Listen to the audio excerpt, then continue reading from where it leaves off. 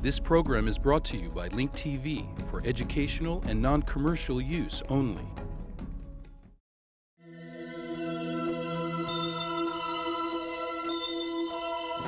Mosaic, a daily news program from Link TV, presents a selection of news reports from independent and state-controlled broadcasters from throughout the Middle East.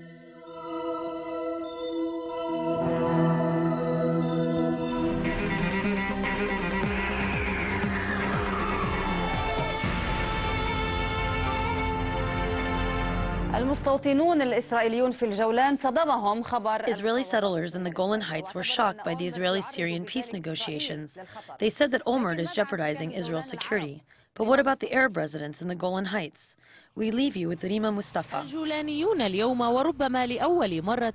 Residents in the Golan Heights were careful in the way they expressed optimism towards the Israeli-Syrian negotiations through Turkey's mediation efforts. Some said that they fear that the Israeli announcement about peace was only intended to waste time until it is ready to declare a new war.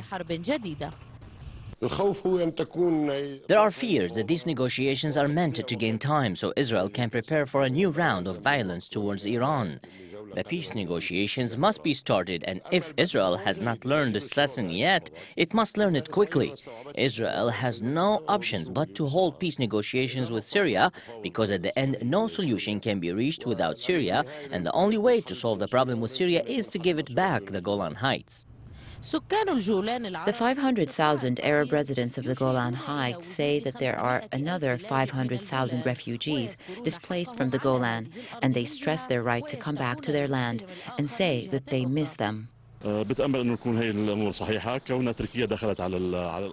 that this news is right. Turkey is mediating the negotiations, and I hope that the negotiations are true and good. We in our homeland are serious about peace, and we want the peace to be strategic and comprehensive. All of the Golan Heights must be returned to Syria.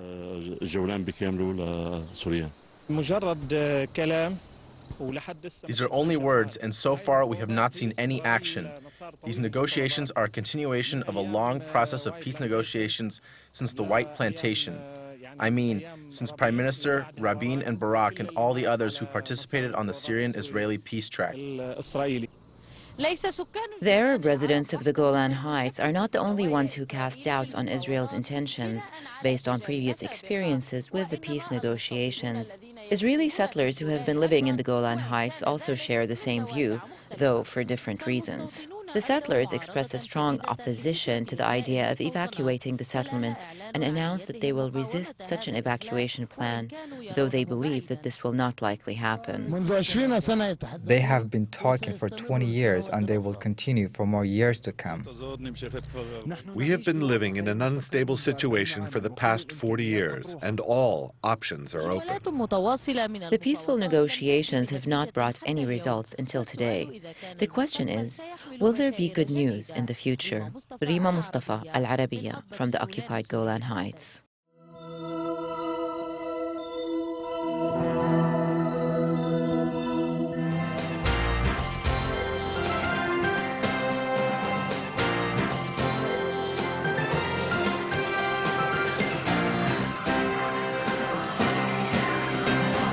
Good evening and welcome to IBA News, broadcasting from Jerusalem. In our top story, two important developments in the police investigation against Prime Minister Ehud Olmert that is threatening to end his political career. IBA's Eli Wogelenter reports on the drama that played out this morning at the Prime Minister's residence and the Jerusalem District Court. The Jerusalem District Court's ruling today sets up a looming showdown among the principal figures surrounding the cash payoff scandal involving Prime Minister Ehud Olmert.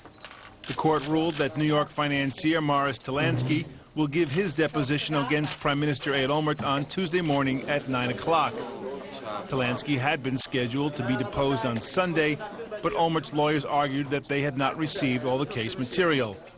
The court said Talansky's deposition could continue for 2 days if required, during which time Olmert's lawyers can choose to cross-examine him. After the decision, State Attorney Moshe Lador said Olmert and Shula Zakin, Olmert's former bureau chief and longtime secretary, should also attend Tuesday's court session. Olmert's lawyers flatly rejected the suggestion. Meanwhile, the Prime Minister himself was questioned today for a second time regarding the bribery affair. A law enforcement official was quoted as saying that the latest questioning session would have great influence on the case. Olmert's interrogation began shortly after 10 o'clock and lasted for an hour.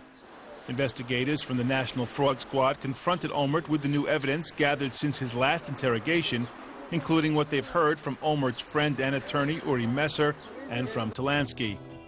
Law enforcement officials said that Olmert was asked a number of significant questions in the investigation, such as how much money did he receive from Talansky, what was done with the money, who handled the donations he received, and why weren't the money transfers reported to the tax authorities.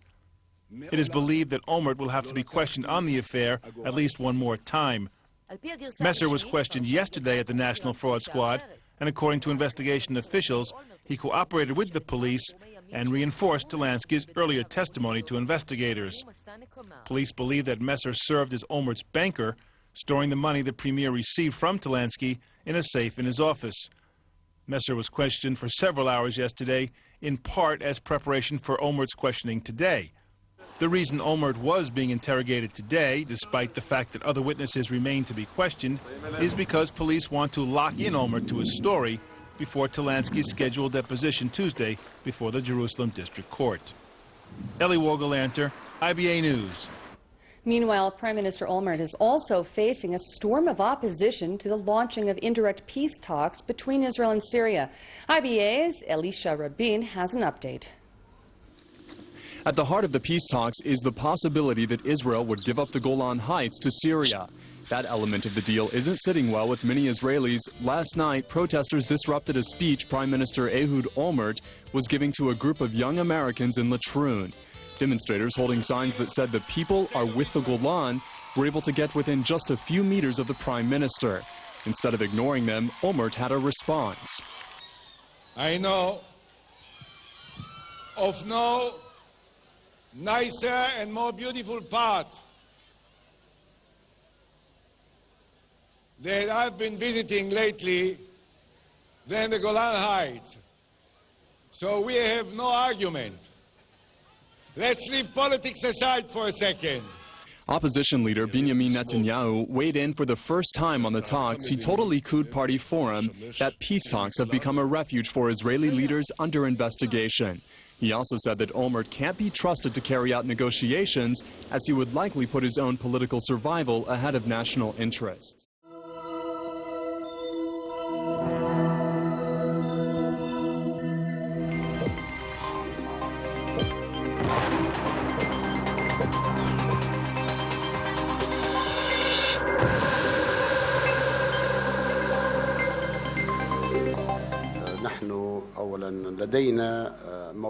Our position in the negotiations with the Israelis and the Americans is based on international law. We would like to say here that we do not like the Americans to negotiate on our behalf. All that we want from the Americans is to take a position in support of international law. We want them to have a minimum level of neutrality. This is what we demand of the American administration. Nothing more, nothing less. We do not want the Americans to intervene, and we do not want them to negotiate on our behalf.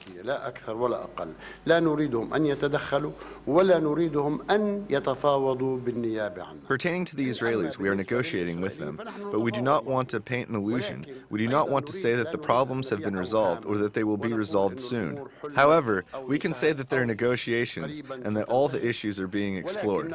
We do not want to postpone any issue. Instead, we want to deal with all of the issues at the same time. So far, not a single issue has been closed. Any talk contrary to this is not accurate.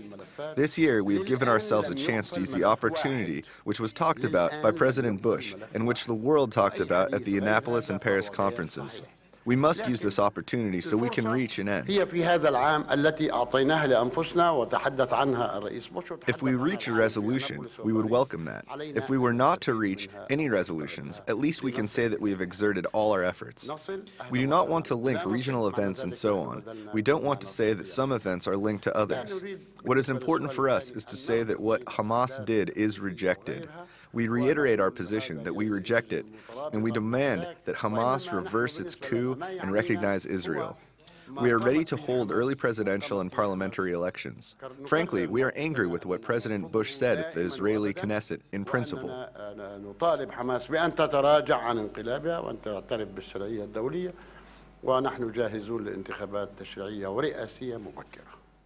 We have many reservations about his speech, and we informed him when we met with him yesterday about our grievances. We talked to him with complete frankness, clarity, and transparency. We demand that he takes a balanced position. You are talking about a speech that we have not listened to or read. We will make comments about it when we read it. Pertaining to Jerusalem, America or any other country can't give a green light to anyone to give up Jerusalem. Who did the U.S. give a green light to? We have put Jerusalem on the negotiating table with the Israelis. موضوع القدس لا تستطيع أمريكا أو غير أمريكا أن تعطي ضوءا أخضر بالتخلي عنها. There have been no historical negotiations between us and the Israelis without talking about the Arab Jerusalem. We insist that East Jerusalem is the capital of Palestine. No one can give Jerusalem up on behalf of anyone else. This is completely rejected. We do not want to talk about progress in the negotiations unless we can say that we have talked about all the issues. All final status issues must be resolved, and then we can talk about progress. As long as we can't settle the issues, we can't talk about progress. But we also can't talk about failure. So far, there has been no failure. لا نريد أن نتحدث عن التقدم إلا عندما نقول قد أنهينا كل الأمور. المفاوضات يجب أن تنتهي جميعها. There are serious and deep negotiations taking place in which all the issues are being addressed. We will talk about these issues when the negotiations end. If we have success, we will say that, and if we end with failure, we will also say that. Thank you. هناك حديث جدي ومعمق وتطرح كل القضايا. عندما تنتهي بالنجاح سنقول، وعندما تنتهي بالفشل أيضا سنقول شكرا.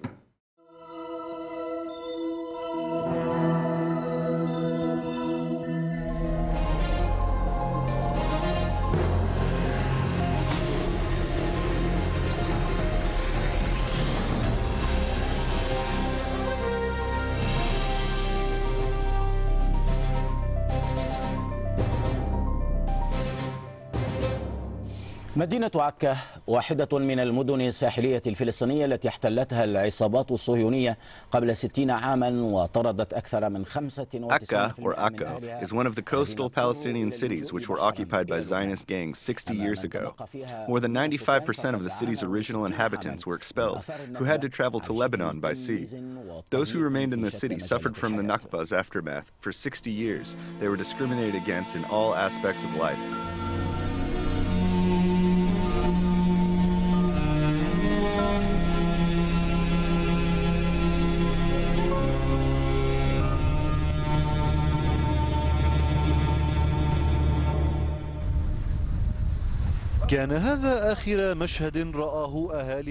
This was the last view that the people of Akko saw on the day of Al-Nakba, before the waves threw them on the shores of Lebanon as refugees. There are 15,000 Palestinians in the city, but at one point they comprised 95% of the population. Some of them left by land, while others left by sea. Some escaped from the Zionist gangs. Others responded to the Arab armies, which asked them to leave for a few days until the enemy was defeated. But a few days turned into 60 years. Since the Nakba, the city changed into a place for refugees from the destroyed villages on the outskirts of the city. But the influx of refugees was not enough to restore the city's economic and historic status. وعكا تحولت من مدينة لمدينة لاجئين 95% من سكانها الحاليين. Akko changed from a city into a refugee city. 95% of its current inhabitants are refugees. Akko changed from being a thriving Palestinian city into a city of poverty and refugees. مدينة تعيد بناء القرى الأصلية لسكانها الأصليين. Today, there are 15,000 Arabs in Akko. Most of them live in mixed neighborhoods with Jews. About 5,000 of them live in miserable poverty in neighborhoods inside the walls of the old city. Attempts made to expel the Arabs and Judify the city have been incessant. The historic marketplace is up for sale at the auction. This threatens the clearing out of dozens of Arab homes from the original 160 homes. 150 other homes have been closed off to Arabs. These houses are sold only to Jewish organizations. استمرار تهجير المواطنين العرب من هذه المدينة. The forceful migration of Arab citizens in this city is continuous. The name of streets, neighborhoods, and squares are being changed so as to change the identity of the city from Arabic Islamic into Crusaders and Jewish. There are many Arab and Islamic antiquities that are neglected. They are left to deteriorate and ruin.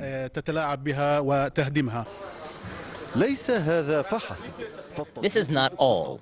An economic stranglehold on the Arabs and the rise of unemployment forces people to migrate and others to fall victim to drug addictions.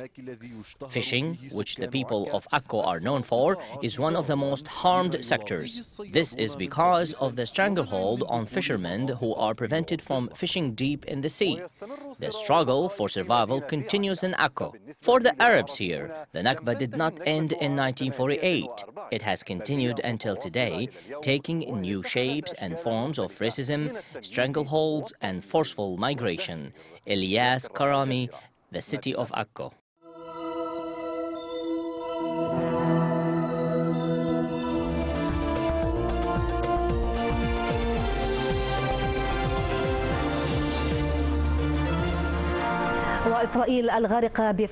Israel is drowning in the corruption of its leaders, but it does not let any opportunity slip by without exercising its racism and repressing Arab identity. Israeli Knesset member Limor Livnat drafted a bill that calls on canceling the status of Arabic as an official language in the state. According to Livnat, Israeli Arabs are trying to create a binational state, which poses a threat to the Jewish state. Shuruq Asad reports from occupied Jerusalem. Since the Israeli occupation of Palestine, the official languages have been Hebrew and Arabic. This is because the original people of the country were given a new nationality. The Arabic language is included in official papers, although it is used minimally. At times, it is completely absent. The names of streets and towns have been deformed, reflecting the current reality which Israel tries to impose. Settlement names took the place of destroyed Arabic names of villages. Some signs include lengthy instructions in Arabic, mainly for security reasons. Israel views the presence of Arabic as a threat to its existence. Some Jewish Knesset members are trying to instate a law that makes Hebrew the exclusive official language of the state. This would make Arabic a secondary language, along with Russian and English. They are trying to slowly erase us. It marginalizes me and my existence in this country. We may reach a point when we feel that we are tourists in our own country. This is a way to drive people out. Living in a country where you don't understand anything, anywhere you go, you'll want to leave. And this is what they want. We are not imposing. We are not tourists, not immigrants. We are the native people of this land. Racism is strong among the Israeli society because it is a society in crisis. It has an identity crisis in defining itself, and more importantly, defining itself as not Arab and against the Arabs. The Israeli Knesset is not only built on occupied Palestinian land in Jerusalem, it is also a beacon of racism, not democracy. Racism towards those Palestinians who have remained in their homeland. This racism is not only rampant at the official Israeli headquarters, it is the general condition reflected among the majority of Israeli society. Shuruq Asad, Dubai TV, Occupied Jerusalem.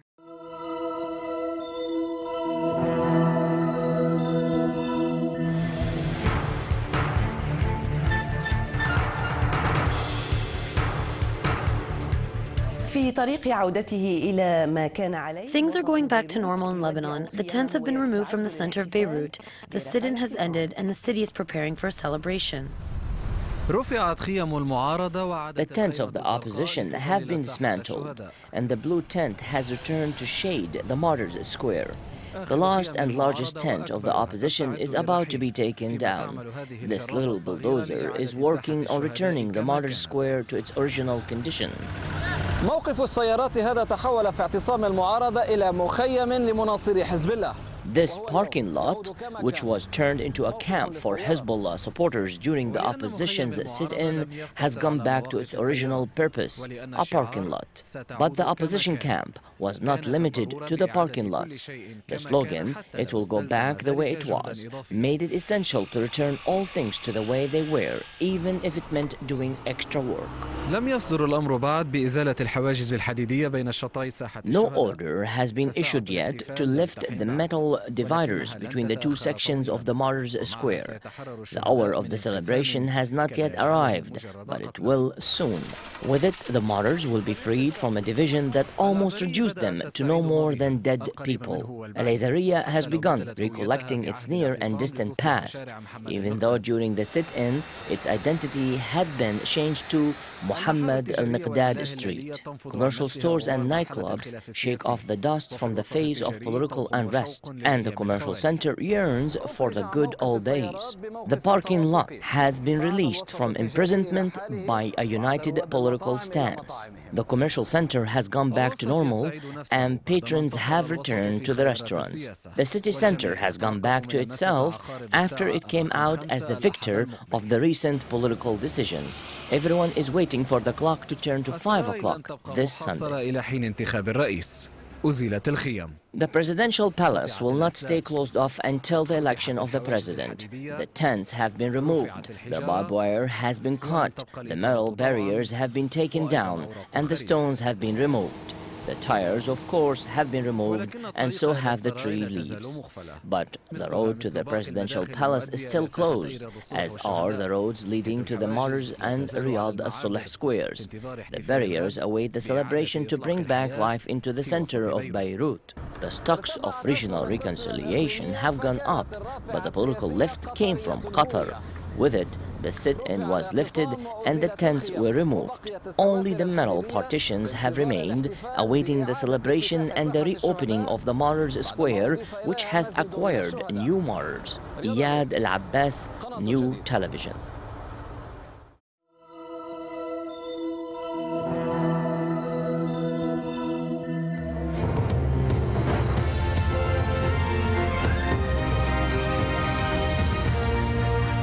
Almost 7 years after the fall of the Taliban, the Afghan government is still struggling to establish control over the country. Many regions are in the hands of local warlords. Some estimates say they run up to 60% of the country. Teresa Bow travelled to the southern province of Kandahar to meet one such leader and hear why he's not giving in. Just outside the city of Kandahar, in a land surrounded by poppy fields and mountains, Talib Aga runs his own realm. Loved by some and feared by others, he is known here as a jihadi commander because of the role he played in the fight against the Russians. Westerners refer to men like him as warlords because of the vast amount of territory, weapons and men they control. The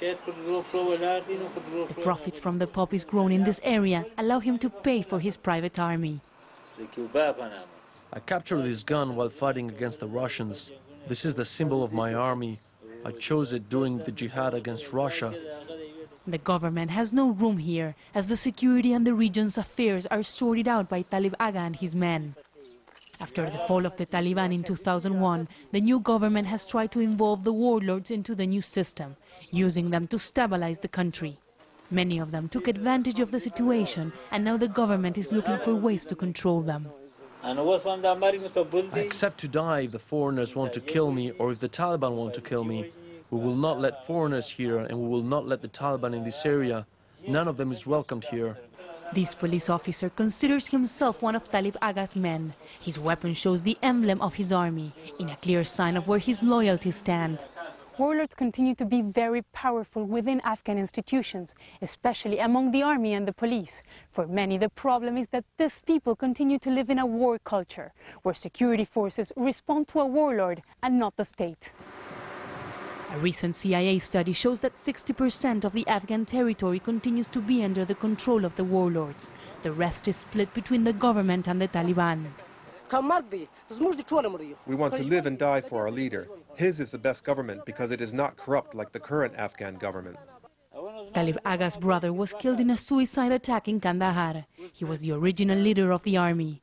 Now it is his responsibility to keep his people safe, and he prays for his brother's guidance. Talib Aga knows that he could die any time, so he has named his nephew as his heir. He believes that in the years to come, the security of his people will continue to depend on men like him. Teresa Bo, Al Jazeera, Kandahar. The Lebanese feuding factions reach an agreement in Qatar. The Syrians and the Israelis are talking peace with the help of Turkey. What's going on, and why are traditional mediators like the U.S. absent from the negotiating tables? Answers to these questions and more on Link TV's Mosaic Intelligence Report. Two important stories have emerged this week from the Middle East, and for a change, both had to do with peace. On Wednesday, Israel and Syria, in what appear to be coordinated announcements, said that they had begun indirect talks in Turkey, the first confirmation in 8 years of negotiations between the longtime enemies. The conditions are not yet right to put the two parties at one table. However, the negotiations continue separately through Turkey's mediation with the Israeli side and the Syrian side to facilitate a face-to-face meeting. We in Turkey are doing our best to prepare the proper atmosphere and to make the negotiations succeed. I would like to present a gift in honor of the Doha Accord. I announce on this day, and in the name of the opposition, an end to the sit-in in central Beirut. Also on Wednesday, the tiny Gulf state of Qatar scored a diplomatic coup by pulling off a deal to end Lebanon's protracted crisis, successfully shepherding the negotiations between feuding Lebanese factions to end months of political turmoil and violence. For the past year, the Saudis have been trying to mediate between the feuding parties in Lebanon. However, they have failed because Saudi Arabia is considered an interested party due to its strong ties with the Hariri family and the position it has taken against Hezbollah. On the other hand, Qatar has good relations with all sides in Lebanon and has the money to back it up. The gas-rich state has invested millions of dollars in major property development projects in Syria. It enjoys good relations with the Islamic Republic of Iran and has recently invited the Iranian President Mahmoud Ahmadinejad to become the first Iranian head of state to attend the annual summit of the Gulf Cooperation Council in Doha. At the same time, Qatar has remained a key ally of Washington, hosting the Al Udeid Air Base, the largest U.S. military facility in the region. Turkey, meanwhile, has emerged as a key player in quietly brokering initial peace moves between Israel and Syria. Similarly to Qatar, Turkey enjoys great relations with both Syria and Israel on economic, political, and security levels.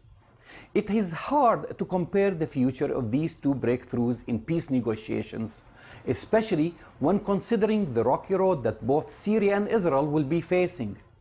Nevertheless, the actions of Turkey and Qatar suggest that the key players in the region are now moving away from traditional mediators such as Saudi Arabia and the United States and are finding accommodations in countries where they find common ground. Just today, deposed Palestinian Prime Minister Ismail Haniyeh called for a conference in Qatar to resolve the impasse between Fatah and Hamas. Don't be surprised to see Qatar become a player in the Palestinian-Israeli peace talks. Just recently, Israeli Foreign Minister Zivi Livni made her first visit to Qatar. This Arab nation does not have official diplomatic ties with Israel, but in the fast-shifting sands of the Arabian deserts, alliances can change quickly. I'm Jamal Dajani for the Mosaic Intelligence Report. To learn more about this program or to share your thoughts, visit us at linktv.org/mosaic.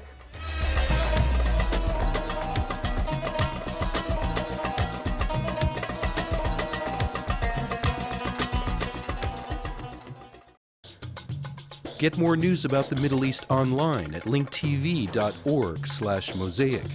The Mosaic webpage offers a complete archive of Mosaic programs, program transcripts, the Mosaic video podcast, and the Mosaic Intelligence Report, a weekly analysis of the hottest stories from the Middle East.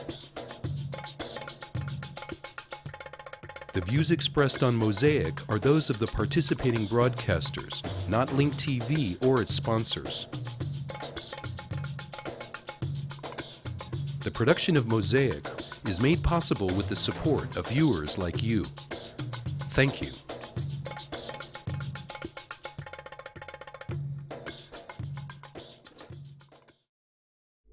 This program was brought to you by Link TV for educational and non-commercial use only.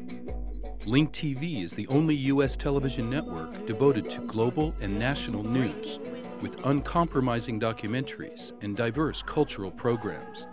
Programs which connect you to the world.